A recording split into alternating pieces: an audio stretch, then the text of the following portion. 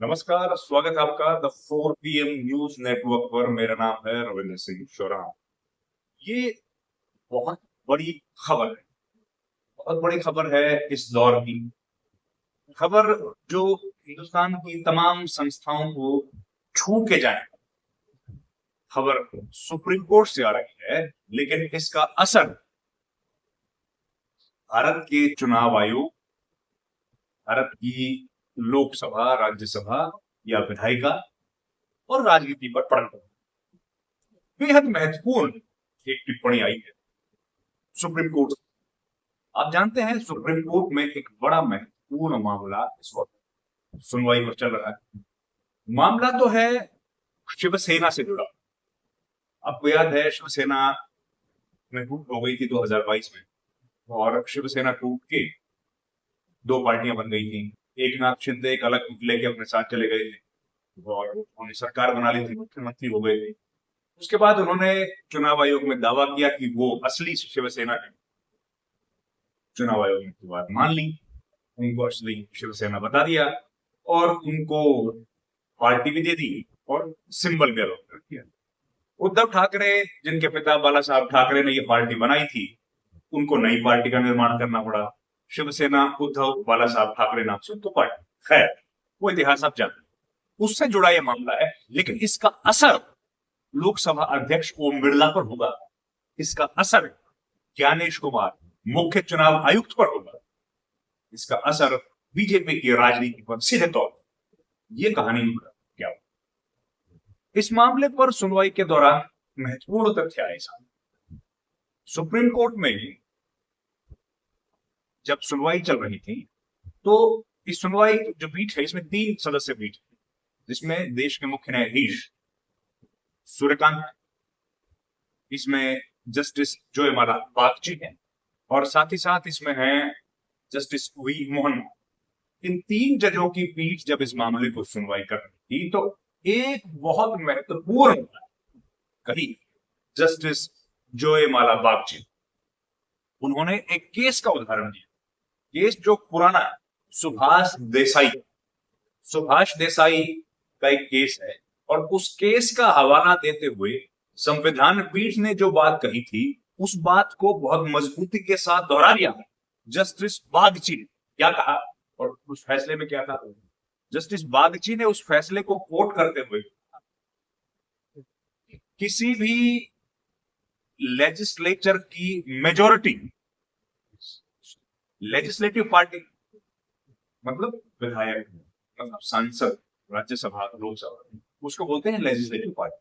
तो किसी भी लेजिस्लेटिव पार्टी की मेजॉरिटी का जो फैसला होता है, लेजिस्लेटिव पार्टी का जो फैसला होता है, उस फैसले के ऊपर प्रिवेल करेगा राजनीतिक दल का फैसला।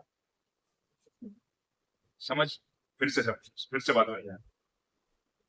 2 एंटिटीज जिन पर चर्चा है। एक, अगर हम लोग एग्जांपल लेके चले, एक एंटिटी है राजनीतिक दल। तो एग्जांपल हम लोग लेते हैं ममता बनर्जी की party all India Trinamool Congress, क्योंकि नया है सबके जहन में, ताजा भी। ऑल इंडिया तृणमूल कांग्रेस की अध्यक्ष हैं ममता बनर्जी। उनकी टिकट पर चुनाव लड़ा, 28 लोकसभा के सदस्य जीत के आए और करीब 60-65 विधायक जीत के आए, या 70 जीत के आए जो। तो वो किसकी पार्टी से जीत के आए? All India Trinamool Congress. एक पार्टी है, एक लेजिस्लेचर बन गया, विधायक अलग बन गए, लोकसभा के सदस्य अलग। ठीक है। अब लोकसभा के सदस्य ये कहते हैं कि हमको तो अलग होना है। मेजोरिटी 2/3 जो बहुमत माना जा रहा है, 2/3 लोगों ने, जिनमें ये जो सांसद है ना, सायोनी घोष, शताब्दी रॉय, काकोली घोष, दस्तीदार, ये सब लोगों ने विचार किया कि हम लोग अलग। 22 लोगों ने कहा हम लोग अलग। उधर विधानसभा में भी देवव्रता बनर्जी के लीडरशिप में उन्होंने कहा कि 56 सांसद अलग हो जाएंगे, हो गए। लेकिन पार्टी जो है, पार्टी जो तृणमूल कांग्रेस है, जो ममता बनर्जी के पास है, वो कह रही है हम लोग अलग नहीं होंगे। हो गया ना विवाद पार्टी के बीच में, यानी कि पॉलिटिकल पार्टी की एंटिटी है, एक एंटिटी है लेजिस्लेटिव पार्टी, उन दोनों के बीच में विवाद हो गया। तो इस पर लेजिस्लेटिव पार्टी ने फैसला किया कि हम लोग तो चले जाएंगे भैया, अलग पार्टी में या किसी पार्टी में मर्ज कर जाएंगे या अलग एक्टिविटी बना। पॉलिटिकल पार्टी कह रही है नहीं बनाएंगे, हम लोग यहीं रहेंगे। तो सुप्रीम कोर्ट ने सुभाष देसाई के मामले को कोट करते हुए कहा, इस तरह की स्थिति में पॉलिटिकल पार्टी का डिसीजन हावी होगा, प्रिवेल करेगा। लेजिस्लेचर क्या कहते हैं, मेजोरिटी से कहते हैं, सब कहते हैं, doesn't matter. What matters is the decision of political party, मतलब ममता बनर्जी का फैसला, उनकी पार्टी का फैसला। ये उन्होंने ऑरल ऑब्जर्वेशन है, अभी ऑर्डर में नहीं आया, ऑरल ऑब्जर्वेशन। फिर कपिल सिब्बल ने इस पर बहस की। कपिल सिब्बल ने कहा कॉन्स्टिट्यूशनल और पॉलिटिकल दो इंस्टीट्यूशन, पॉलिटिकल इंस्टीट्यूट अगर गलती करता है तो उसको अलग तरीके से देखना चाहिए, लेकिन अगर कॉन्स्टिट्यूशनल इंस्टीट्यूशंस जैसे सुप्रीम कोर्ट, जैसे इलेक्शन कमीशन, अगर वो फैसला करने में गलती करता है, किस फैसले को, पॉलिटिकल फैसले करने में गलती करता है, उसके इंप्लीकेशंस बहुत ज्यादा होते हैं।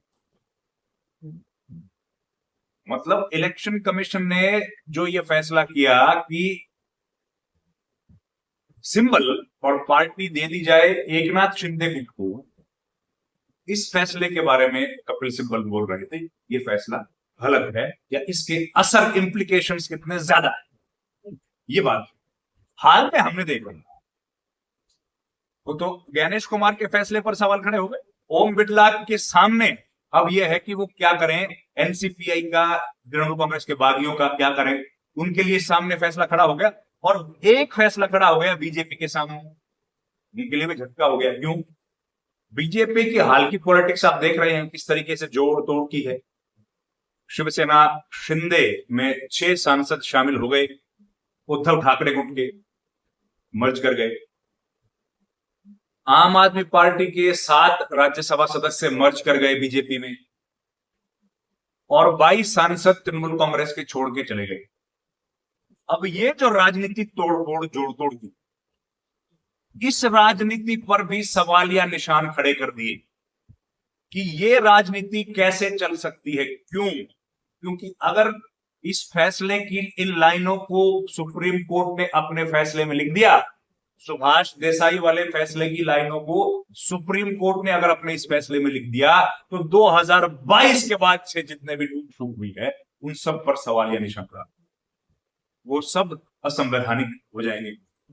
वह नहीं है, फिर कह रहा हो जाएंगे अगर सुप्रीम कोर्ट ने लिख दिया तो।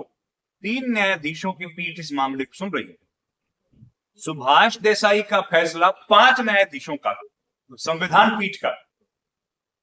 ये बहुत महत्वपूर्ण लम्हा है देश के राजनीति में, जब हम लोग इन मसलों पर चर्चा कर रहे हैं। याद कीजिए, शिवसेना की सरकार जब टूटी, उस पर फैसला देते हुए उस वक्त के मुख्य न्यायाधीश डीवाई चंद्रचूड़ ने क्या कहा था?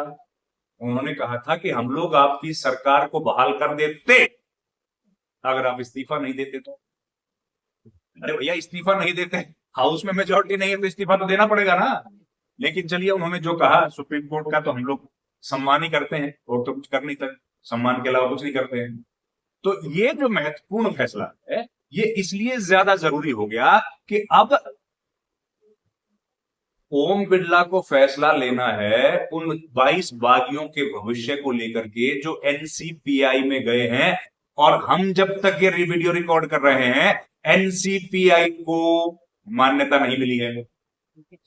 एनसीपीआई को मान्यता नहीं मिली है। वो आज भी सदन के भीतर तो हैं ऑल इंडिया तृणमूल कांग्रेस के सांसद, सदन के बाहर हैं एनसीपीआई के सांसद। एनसीपीआई के कॉन्स्टिट्यूशन की डिमांड की गई है, अभी तक दिया नहीं गया है। मतलब ओम बिरला पर भी एक अतिरिक्त दबाव पड़ गया। इसके अलावा सुप्रीम कोर्ट में एक पिटीशन दाखिल खुद कपिल सिब्बल ने की है याचिकाकर्ता के तौर पर। वो कह रहे हैं कि इस 10वें शेड्यूल का जो एक दल बदल का कानून है, इसको दोबारा से परिभाषित करने की आज की परिस्थितियों में जरूरत है।